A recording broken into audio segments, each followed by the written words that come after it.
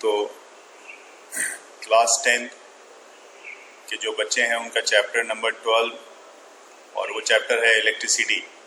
आप देख सकते हो इलेक्ट्रिसिटी के बारे में आपको यहाँ पे पूरी बुक में आपको स्क्रीन पे लेके आया हूँ।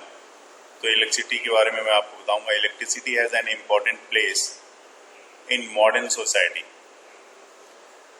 क्योंकि हर जगह पे आज की डेट में आप जहाँ भी हो, आप जैसे स्टडी कर रहे हो, ऑनलाइन स्टडी कर रहे हो, वहाँ पे भी आपको इलेक्ट्रिसिटी की रिक्वायरमेंट है। आपकी मोबाइल चार्ज हो रही है, आपका जहाँ से आप स्टडी कर रहे हो आपका फ़ैन ऑन है, इवन अगर आप लैपटॉप से काम कर रहे हो तो वहाँ पे भी इलेक्ट्रिसिटी है वहाँ पे। तो हर जगह पे अभी बेसिक से छोटी छोटी चीज़ों पे, अगर घर में आपके रसोई में, आपकी किचन में आपको देखा जाए तो आपने वहाँ पे भी आपने ऑब्जर्व करोगे कि जी हाँ, वहाँ पे भी आपको इलेक्ट्रिसिटी है। मिक्सी का यूज़ करते हो, ग्राइंडर का यूज़ करते हो, इंडक्शन चूल्हा है आज की डेट में, उसका भी यूज़ करते हो। तो हर जगह पे इलेक्ट्रिसिटी की यूज़ किसी न किसी फॉर्म में है ही है। आप कुछ बच्चे के घर में जैसे सीसीटीवी कैमरे लगे हुए हैं तो वहाँ पे भी इलेक्ट्रिसिटी का यूज़ है। तो ये हर जगह पे आपकी इलेक्ट्रिसिटी की यूज़ आपकी होगी, और उसी इलेक्ट्रिसिटी जो जीवन का, हमारे लाइफ का एक मेजर रोल प्ले कर रहा है आज की डेट में, उसी चैप्टर को हमें यहाँ पे स्टडी करना है। It is controllable and convenient form of energy for a variety of uses in homes, school, hospitals, industries and so on। देखो इतनी सारी, ये एक पैराग्राफ में ही ये बहुत सारी चीज़ों को यहाँ पे बता रहा है। वो समझने की ज़रूरत है हमें कि जो इलेक्ट्रिसिटी है आपके स्कूल में भी यूज़ में आते हैं, चाहे आपका जितना सिस्टम लगा हुआ है स्कूल में उसके लिए यूज़ में आता है। आपके स्कूल में जो वाटर प्यूरिफायर है उसके लिए इलेक्ट्रिसिटी यूज़ में आती है। फ़ैन लगे हुए हैं, लाइट्स लगी हुई है, उसके लिए इलेक्ट्रिसिटी यूज़ में आता है। इवन आपके जो स्कूल में स्मार्ट बोर्ड लगा हुआ है उस सब जगह के लिए, सबको ऑपरेट करने के लिए आपको किसी न किसी हाल में इलेक्ट्रिसिटी की रिक्वायरमेंट होती है। मैं बात करूं हॉस्पिटल्स की, तो हॉस्पिटल्स में भी आपके पास जो आपकी जितनी भी डिवाइसेस लगी हुई हैं, ईसीजी मशीन होती है, उसको भी बॉडी में लगाते हैं, तो वो भी किस पे काम करता है? वो भी काम करता है आपके इलेक्ट्रिसिटी पे। तो इलेक्ट्रिसिटी का एक बहुत ही मेजर रोल है। कोई भी पेशेंट अगर एडमिट होता है तो उसकी बॉडी में इतनी मशीनें लगी होती हैं जहाँ पे कि हर किसी की एक रीडिंग, हार्ट की रीडिंग, ब्रेन की रीडिंग, एक एक पार्ट की रीडिंग वहाँ पे वो ली जाती है, वो इलेक्ट्रॉनिक डिवाइसेस से ली जाती है। अब इंडस्ट्री की बात करें तो इंडस्ट्री में तो कुछ बात ही नहीं की जा सकती। बहुत सारे इंडस्ट्री ऐसी है जो इलेक्ट्रिक और इलेक्ट्रॉनिक सामान को बनाती हैं, तो उसका काम भी है। जैसे बल्ब है आपके पास, और आप देख सकते हो बहुत सारी चीज़ें हैं, मतलब इनॉर्मस थिंग्स, मोबाइल हैं, बल्ब हैं, एक एक छोटी से छोटी चीज़ें, गैजेट्स हैं, वो सब चीज़ें इलेक्ट्रिसिटी से चलती हैं। what constitutes electricity? इलेक्ट्रिसिटी जो कंस्टिट्यूट होता है वो कैसे होता है, क्या होता है, कैसे बनती है? How does it flows in electric circuit? अगर आप इलेक्ट्रिक सर्किट मतलब वायर में बात करें तो वायर में ये इलेक्ट्रिसिटी कैसे फ्लो होती है, ये हमें जानना यहाँ पे जरूरी होगा। what are the factors that controls or regulate the current through an electric circuit? आपके पास क्या चीज़ें हैं जिससे आप इलेक्ट्रिसिटी को कंट्रोल करते हो? कौन सा ऐसा फैक्टर है जो इसको कंट्रोल करता है? इस सारी चैप्टर में आपको यहाँ पे पढ़ना पड़ेगा। we shall attempt to answer such questions। ऐसे क्वेश्चन के आंसर्स को हम लोग ढूंढने की कोशिश करेंगे इस चैप्टर में। we shall also discuss the heating effect of electric current। क्योंकि आपने देखा होगा कभी भी कोई डिवाइसेस, जैसे कि आपके घर में रेफ्रिजरेटर है, आपके घर में वॉशिंग मशीन है, जब भी आप उसको ऑपरेट करते हो तो वो इलेक्ट्रिक डिवाइसेस क्या होती हैं, हीट हो जाती है। तो ऐसे में हीट जो प्रोड्यूस होती है, तो क्या रीज़न होता है, क्या ऐसा चीज़ होता है कि वहाँ पे हीट प्रोड्यूस होती है? इवन मैं आपको लैपटॉप पे लेके स्टडी करा रहा हूँ, मेरा लैपटॉप पे हीट हो रहा है, ठीक है। तो ये सारी चीज़ें हैं जिसके कारण इलेक्ट्रिसिटी प्रोड्यूस होती हैं। लेकिन अगर आप मोबाइल पे अगर स्टडी कर रहे हो तो नेचुरल सी बात है, मोबाइल भी आपका जब तक ऑन रहेगा तो वो भी आपकी क्या होगा, हीट प्रोड्यूस करेगा। तो देखेंगे 12.1, इस चैप्टर के 12.1 में हमें यहाँ क्या स्टडी करना है, इलेक्ट्रिक करंट एंड सर्किट। ठीक है, तो we are familiar with air current and water current. Air current और वाटर करंट. अगर एयर करंट की बात की जाए, if you discuss about the air current, that means what is current. Current means flow. If air is flowing, you can say that obviously it's a air current. And what about the water current? Water current, that means flow of water is called water current. जो चीज rest में होगी उसको आप current नहीं कर सकते. It should be essential that the objects, that the air must be in flow, and the things which can flow must be in having current. We know that flowing water constitute water current in river. जो बहती हुई पानी होती है उसमें भी, नदियों में, वो क्या करते हैं, वो भी क्या अपने आप में प्रोड्यूस करता है, वो वाटर करंट प्रोड्यूस करता है. Similarly, if the electric charge flow through a conductor, for example through a metallic wire, जैसे कॉपर वायर आपके घर में है उससे फ्लो हो रहा है, we say that there is an electric current in the conductor. In a torch, we know that the cells or a battery, when placed in a proper order, that means क्या होना चाहिए, battery का एक positive एक negative, like this. अगर आप मैं यहाँ पे ड्रॉ करूँ तो आप समझ सकते हो, मैं ड्रॉ करके दिखाता हूँ आपको. एक प्रॉपर ऑर्डर करने का मतलब, मान लो कि बैटरी का ये टर्मिनल पॉजिटिव होता है, पीछे का ये वाला निगेटिव, फिर पॉजिटिव, फिर निगेटिव. तो अगर इस ऑर्डर में ये अरेंज किया हुआ है, that means you can say that कि yes, this battery can easily flow the current through itself if you connect any circuit through it. अगर आपने कॉपर वायर को इस तरह से यहाँ पे कनेक्ट कर दिया और यहाँ पे अगर कोई इलेक्ट्रॉनिक डिवाइसेस लगा दी, गैजेट लगा दिया, और आपने कोशिश की कि चलो जी इससे इलेक्ट्रॉनिक डिवाइसेस को ऑपरेट किया जाए, तो नॉर्मल सी बात है, अगर आप एक बल्ब को ऑपरेट कर लो सर्किट कंप्लीट करके, तो ये भी पॉसिबल है. लेकिन अगर आपकी ऑर्डर अलग होती है, आपने घर में ट्राई भी किया होगा, अगर आपकी ऑर्डर अलग होती है यहाँ पे, तो करंट का फ्लो नहीं होता. अगर आप मान लो निगेटिव को निगेटिव से और पॉजिटिव को पॉजिटिव से कनेक्ट कर रहे हो, इस ऑर्डर में जो सीरीज का ऑर्डर है इसमें कनेक्ट नहीं कर पा रहे, तो ऑब्वियसली बात है करंट फ्लो नहीं होगा, और ऐसे केस में बल्ब भी ग्लो नहीं करेगा. That means you can say that a proper orientation of battery provides flow of charges or an electric current through the torch bulb to glow. We have also seen that the torch gives light only when its switch is on. है ना, switch भी तो आप connect करते हो, switch on रहती है तभी तो होता है. अगर स्विच ऑफ रही तो क्या फ्लो करेगा? नहीं करेगा. तो अब आप क्या करोगे, What does a torch do? Torch कैसे ये काम करता है, किस तरह से काम करता है? तो a switch makes a connecting link between the cell and the bulb. Bulb और सेल के बीच का एक कनेक्टिविटी को मेंटेन करता है, वो एक बीच का मीडिएटर है कि अगर आप स्विच ऑन रही तो बल्ब ग्लो करेगा, और स्विच ऑन नहीं रही तो बल्ब ग्लो नहीं करेगा. दैट मीन्स स्विच ऑन होने पे सर्किट कंप्लीट होती है, और स्विच ऑफ, जब आपकी सर्किट इनकम्प्लीट रहेगी, जब स्विच ऑफ रहेगा, सर्किट इनकम्प्लीट रहेगी, तो it's not possible to glow the bulb. A continuous closed path of an electric current is called an electric circuit. देखिए अब यहाँ पे एक डेफिनेशन आपके पास आता है, आप बिल्कुल अंडरलाइन वहाँ पे करोगे अगर आपके पास बुक होगी वहाँ पे, कि electric, what is electric circuit. तो a continuous closed path of an electric current is called electric circuit. ये इसको आप इलेक्ट्रिक सर्किट बोलोगे. Now if the circuit is broken anywhere, the switch of the torch is turn off, the current stops flowing and the bulb does not glow. ऐसे case में bulb glow नहीं करेगा.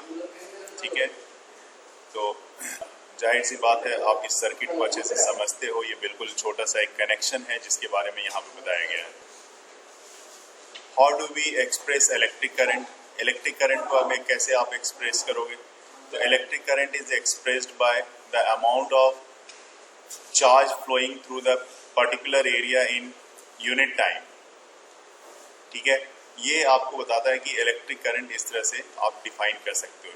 Flow of charge per unit area in a particular area of cross section से अगर flow होता है, normal में उसको आप क्या बोलोगे, उसको बोलोगे आप इलेक्ट्रिक करंट। अभी मैं इसको एक शॉर्ट में भी डिफाइन करने के लिए बताऊंगा।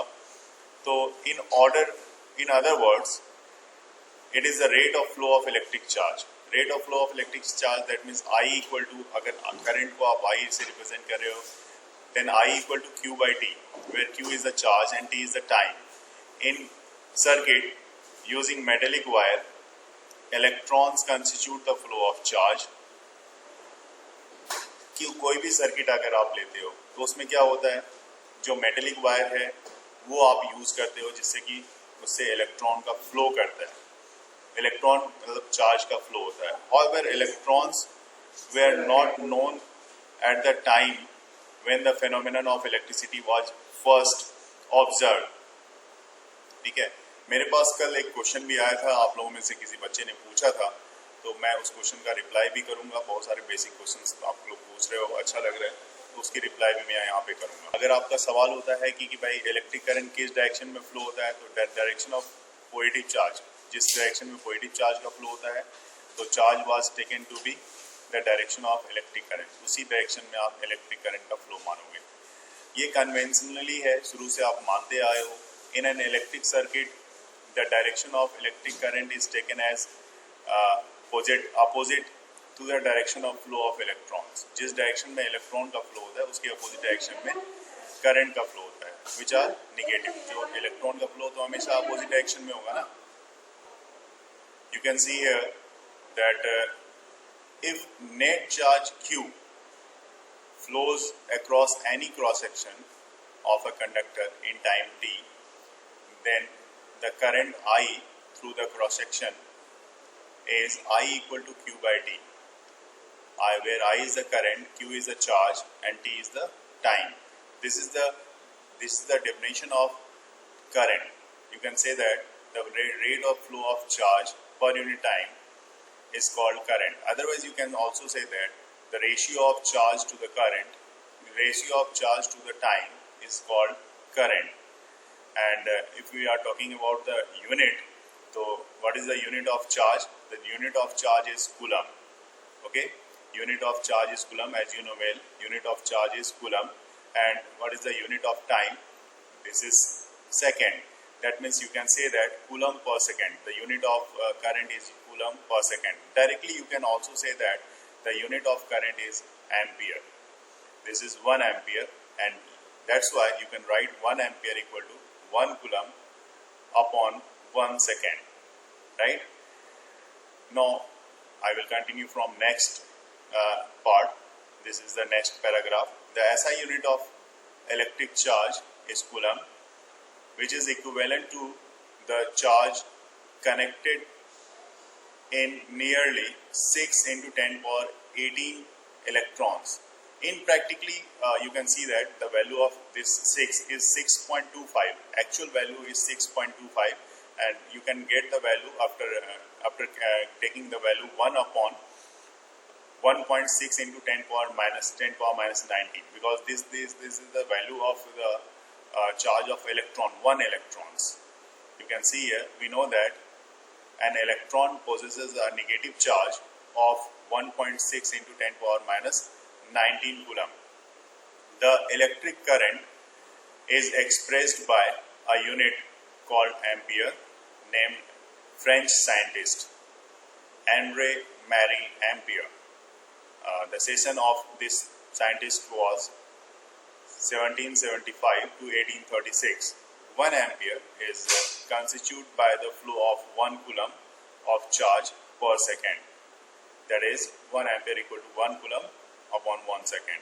A small quantity of current are expressed in milliampere, which is 1 milliampere is equal to 10 power minus 3 ampere. And similarly, the other small quantity, which is also less than the milliampere, is 1 microampere. This is the representation of mu, which is equal to 10 power minus 6 ampere. An instrument called ammeter measures the electric current in the circuit. बहुत बार आपसे ये question पूछा जाता है कि name the instrument through which you can measure the electric current. तो this is ampere. It is always connected in series in a circuit through which the current is to be measured. This is in figure 12.1. So I can see this figure. You can also see this figure. The figure in which it is written here in figure 12.2 that a schematic diagram of an electric circuit comprising cells. आप देखो ये this is the cell and this is the key, plug key, cell, electric bulb, and this is the symbol of electric bulb, and ammeter. This is the symbol of ammeter. Okay, shows the schematic diagram of a typical electric circuit comprising a cell, an electric bulb, and an ammeter and a plug key. Note that the electric current flows in the circuit from where to where? Positive terminal of the cell to the negative terminals of the cell through the bulb and ammeter. It is clear that the current always flow from positive terminal of the cell. ये current हमेशा किधर से जाएगा? Positive terminal, cell के positive terminal से जाना है current को. करंट का फ्लो हमेशा पॉजिटिव टर्मिनल से होगा. ये चीज आपको याद रखना पड़ेगा. करंट का फ्लो हमेशा, यहाँ पे मैं दिखा रहा हूँ, इस तरह से करंट की डायरेक्शन है जो पॉजिटिव से निगेटिव की तरफ, इस तरह से पॉजिटिव से निगेटिव की तरफ करंट जो है वो फ्लो कर रही है, इस तरह से पॉजिटिव टू निगेटिव. और जो करंट की डायरेक्शन का फ्लो होगा उसके जस्ट अपोजिट में डायरेक्शन ऑफ इलेक्ट्रॉन. इलेक्ट्रॉन का फ्लो किधर होगा? तो इलेक्ट्रॉन की फ्लो जो होगी इसके अपोजिट होगी. इलेक्ट्रॉन की फ्लो इसके अपोजिट इस तरफ. तो इसलिए इसमें ऊपर बताया भी गया है कि जो इलेक्ट्रॉन की फ्लो के जस्ट अपोजिट डायरेक्शन में करंट की फ्लो होती है. तो इलेक्ट्रॉन का फ्लो इस तरह से है, तो करंट का फ्लो इस तरह से है. इस तरह से कहने का मतलब आप ये समझ सकते हो कि ये आप कह सकते हो कि इलेक्ट्रॉन क्लॉकवाइज जा रही है, ये करंट आपका क्लॉकवाइज जा रहा है, तो इलेक्ट्रॉन आपकी एंटी क्लॉकवाइज मूव करती है. ये क्वेश्चन आपकी बुक में दिया हुआ है. एग्जाम्पल आप देख सकते हो. एग्जाम्पल 12.1 में क्वेश्चन क्या है कि a current of 0.5 ampere is drawn by filament of electric bulb for 10 minutes. अब ये करंट 10 मिनट्स के लिए आपके बल्ब से होके पास कर रही है. Find the amount of electric charge that flows through the circuit. कितना चार्ज फ्लो होगा इस सर्किट से होके? तो Q इक्वल टू फार्मूला आप लिखोगे. Q इक्वल टू क्या होगा? IT. क्योंकि अभी आपने देखा करंट के लिए फार्मूला I इक्वल टू क्या था? Q upon T. तो that means Q equal to क्या होना है आपका? I into T. तो I इंटू T जैसे ही आपके पास आ गया तो करंट की वैल्यू आपने ले ली 0.5. और टाइम को आप 10 मिनट्स आपके पास दिया हुआ है. This is 10 minutes. तो 10 minutes you have to convert this in second. तो 10 इंटू 60 इस तरह से आप कन्वर्ट करोगे तो सेकेंड में होगा तो 600. तो ओवरऑल ये कैंसिल होके आपके पास कितना आएगा? 300 कूलम. तो ये इतने अमाउंट का चार्ज दैट मीन्स उस सर्किट से होके पास कर रही है. नेक्स्ट आप यहाँ पे इसी में क्वेश्चन आप देख सकते हो. What does N electric circuit means? Electric circuit का मतलब क्या होता है? तो मैं आपको दिखाता हूँ. अभी मैंने दिखाया था. ठीक है. तो इलेक्ट्रिक सर्किट की डिफिनेशन आप यहाँ से कंप्लीट ले सकते हो. A switch makes a continuous link between the cell and the bulb and a continuous and closed path. ध्यान रखना है ये closed path बहुत जरूरी है. continuous path होना चाहिए और closed होना चाहिए. Of an electric current is called an electric circuit. ये बताओ दूसरा वाले क्वेश्चन का आंसर क्या होगा? Define the unit of current. क्या होगा बताओ? करंट की यूनिट क्या होती है बेटा? एम्पियर. एम्पियर. नेक्स्ट देखो बेटा, calculate the number of electrons constituting 1 coulomb of charge. 1 coulomb charge में कितने इलेक्ट्रॉन होते हैं?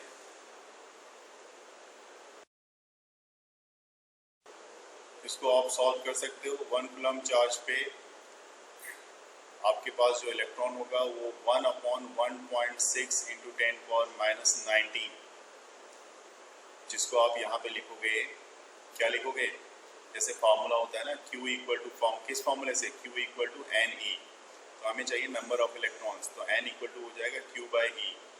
और जैसे क्वेश्चन में दिया हुआ है calculate the number of electrons constitute 1 coulomb of charge, तो ये होगा आपका 1 कूलम ऑफ चार्ज और यहाँ पे 1.6 इंटू 10⁻⁹।